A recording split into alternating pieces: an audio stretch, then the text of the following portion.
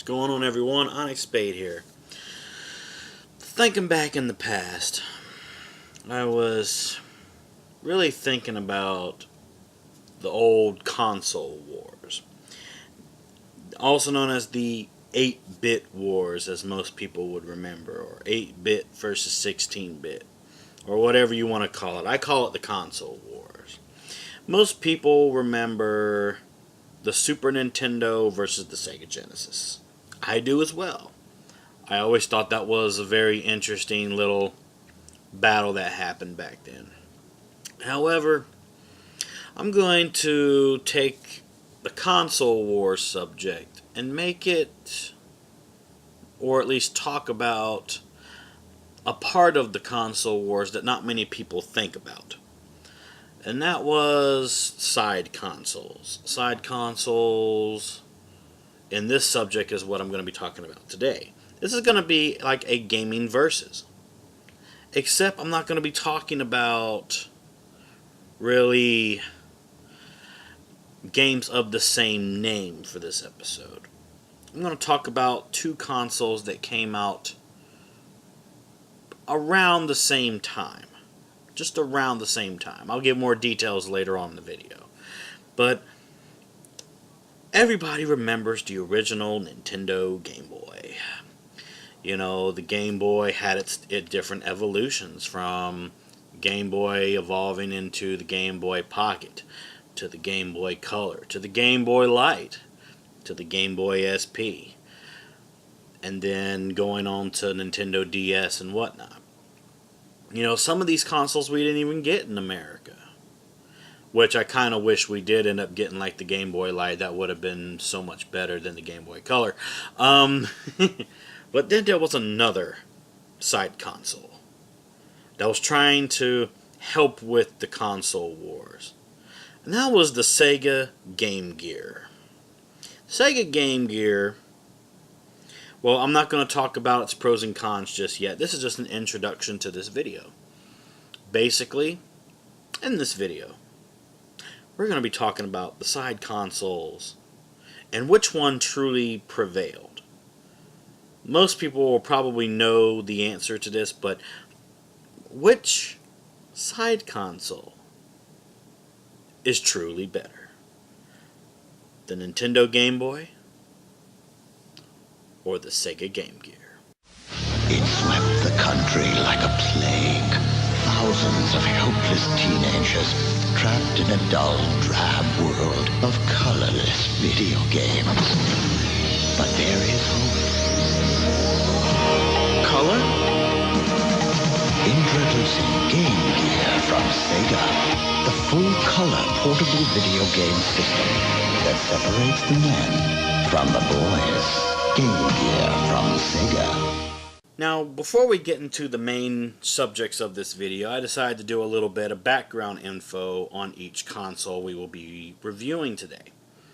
The Game Boy, which is an 8-bit handheld console, and it was developed and manufactured by Nintendo.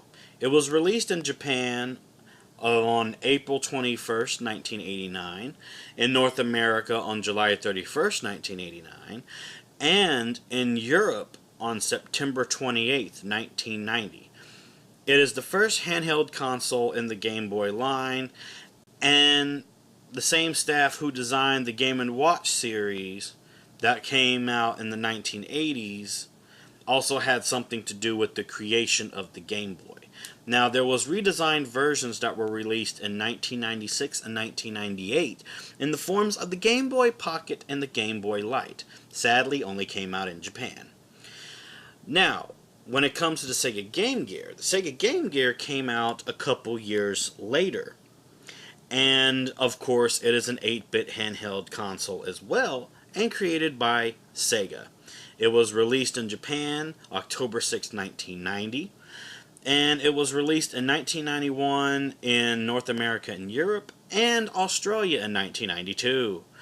The Game Gear primarily competed with Nintendo's Game Boy, the Atari Lynx, and the Turbo Express from NEC.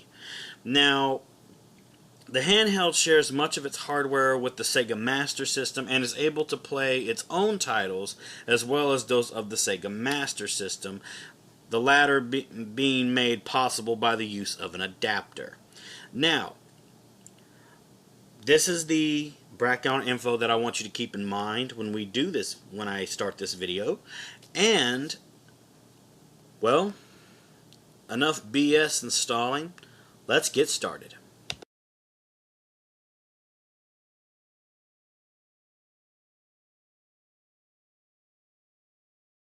Backwards compatibility. A very interesting subject that I usually talk about in a lot of my videos. The point for backwards compatibility would automatically go to the Sega Game Gear. The worst part though is that the Nintendo Game Boy at the time when it came out didn't really have anything of backwards compatibility versus the Sega Game Gear where it was backwards compatible with the Sega Master System. So backwards compatibility goes to the Sega Game Gear.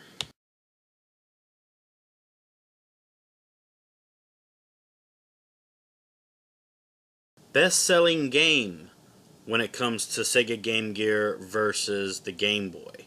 The best-selling game for Game Boy was Tetris, while Sonic the Hedgehog 2 was the best-selling game for the Sega Game Gear. A game that most people remember when they think of the Sega Game Gear was Sonic the Hedgehog 2. Some people like Tetris more than action games, and some people like action games more than puzzle games. This all is basically action versus puzzle. So in this particular situation, because I like both action games and puzzle games, I'm going to give them both a point. So when it comes to best-selling game, Game Boy and Game Gear both get a point.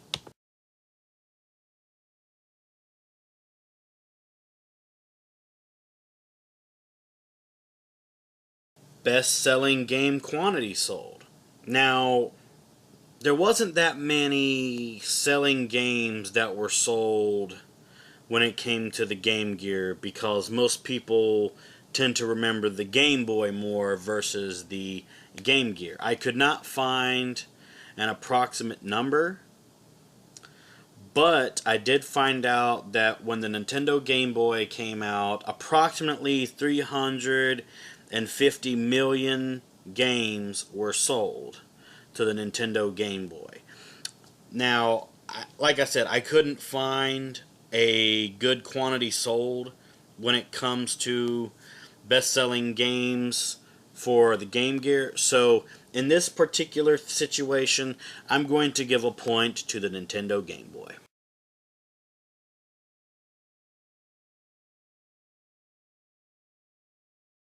Popular games. When it comes to the Sega Game Gear, there was the 5-in-1 Fun Pack, Harimanada, The Addams Family, Aerial Assault Alien Squared, Alien Syndrome, Andre Agassi, Tennis, Arcade Classics, Arch Rivals, Ariel the Little Mermaid, Asterix, and The Great Rescue. Now, when it comes to the Nintendo Game Boy, there was Tetris, Pokemon Red, Pokemon Blue, Pokemon Gold, Pokemon Silver, Super Mario Land 2, 6 Golden Coins, Pokemon Yellow, the Special Pikachu Edition, and, last but not least, Legend of Zelda Link's Awakening. Now, out of both of these groups of games that were the most popular, which ones do people usually remember the most? Well, I'll tell you. It would be the Nintendo Game Boys. Because sadly, I remember only a few games from the popular games section for the Sega Game Gear that I just listed, but I mostly know more about all these other games that were for the Nintendo Game Boy. These were, however, the most popular. So when it comes to popular games, I'm going to have to give that one a point to Nintendo Game Boy.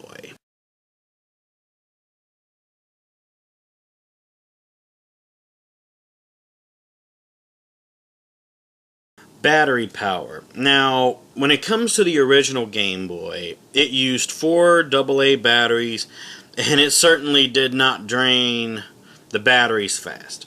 Now, when it came to the Game Gear, it took 6 AA batteries, and it always drained the power out of those batteries within an hour or two of constant gameplay. Now, when it comes to the poor life on a Sega Game Gear, it was caused by the fact that you had a backlit screen. And in each Game Gear, it's a fluorescent tube which eats up more battery power at a rapid rate. And in recent studies, people have experimented with replacing the fluorescent tube with LEDs, and the solution to it, they found out that it increases the battery life, thus proving that the main power drain from those 6 AA batteries that you would put in a Sega Game Gear was simply because, for color, it didn't last as long versus something that didn't have color and lasted much longer. So, when it comes to battery life, I would give a point to the Nintendo Game Boy.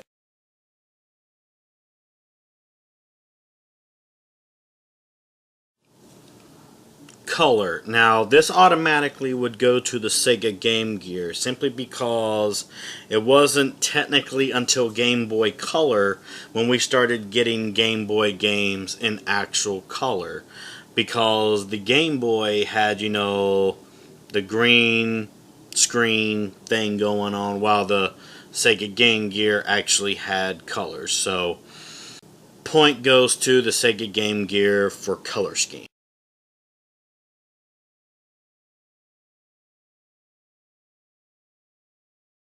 Graphics. Now, this one's a bit of a tough one, so bear with me here. Let's compare, for example, Sonic didn't look the same on the Game Gear as he did on the Sega Genesis, while the Super Mario franchise, the Kirby franchise, and even Donkey Kong, they all look the same art style as the NES and Super NES. But I'm talking about graphic style, not graphic quality. Although the company Treasure, its games look the same on both consoles and handheld Sega systems. Now, like I said, Sonic didn't look the same on the Game Gear. The original Sonic looked near identical to the Genesis version, though the remaining Sonic games did look very different, but they weren't as fun though. That's why the only Sonic game I really played on the Game Gear was, Sonic 2, which was one of the best selling. Now, I'll give credit though, Sonic 1 for the Game Gear was one of the best Sonic games ever made, in my opinion, for back in the day. But the thing is, there was a lot of Game Boy games where the graphics were better than their NES counterparts. So, just by a small percentage, I would have to give a point to the Nintendo Game Boy.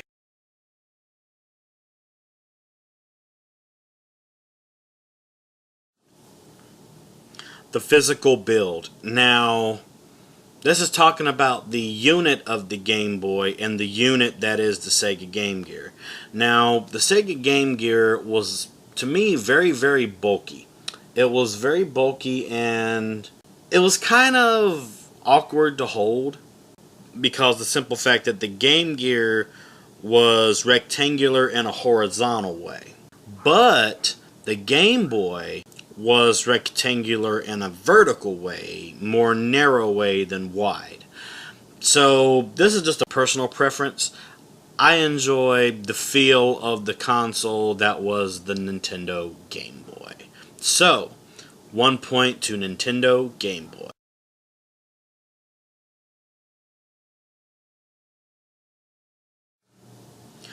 Accessories. Now, when it comes to accessories, each one was...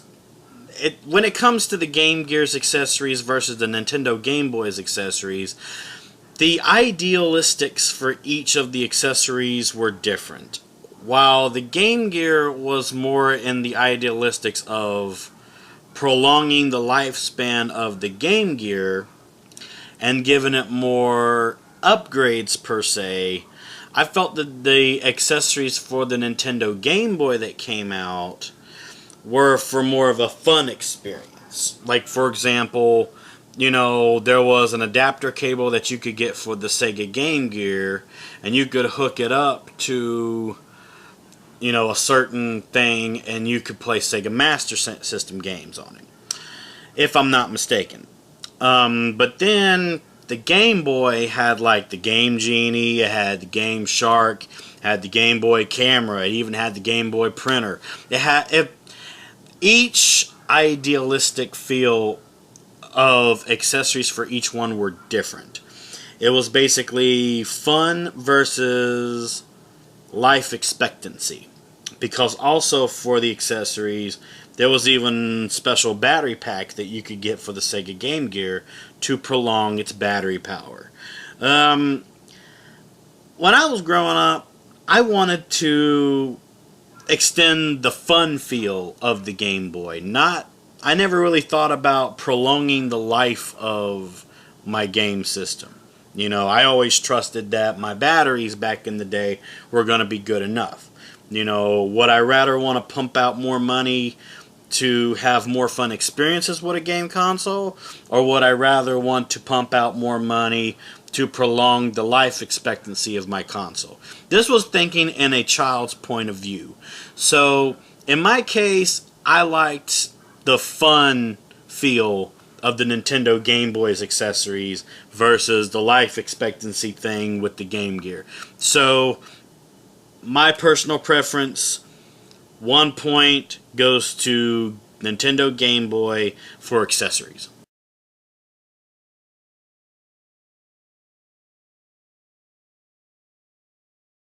So the final verdict when it comes to the side console wars, that was the Nintendo Game Boy versus the Sega Game Gear. Everyone really knows who won in that gaming console war, but it's always good to look back at alternatives. Like, what if, you know, this situation happened, or what if that situation happened?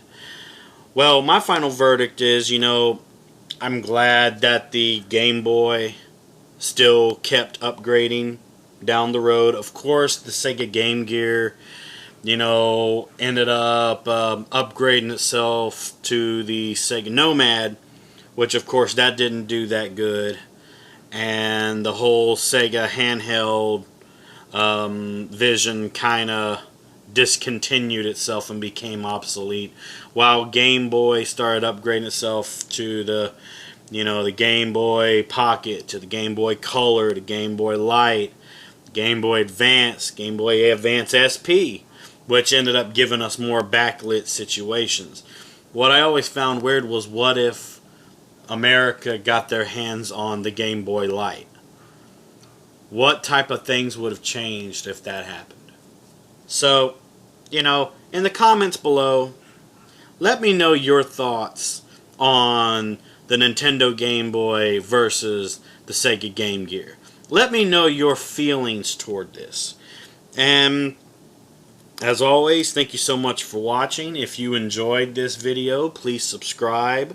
Like this video as well if you enjoyed, you know, this feel of knowledge from the nostalgic past. And please stay tuned for more videos in the future. And as always, this is Onyx Spade, and I'm signing out.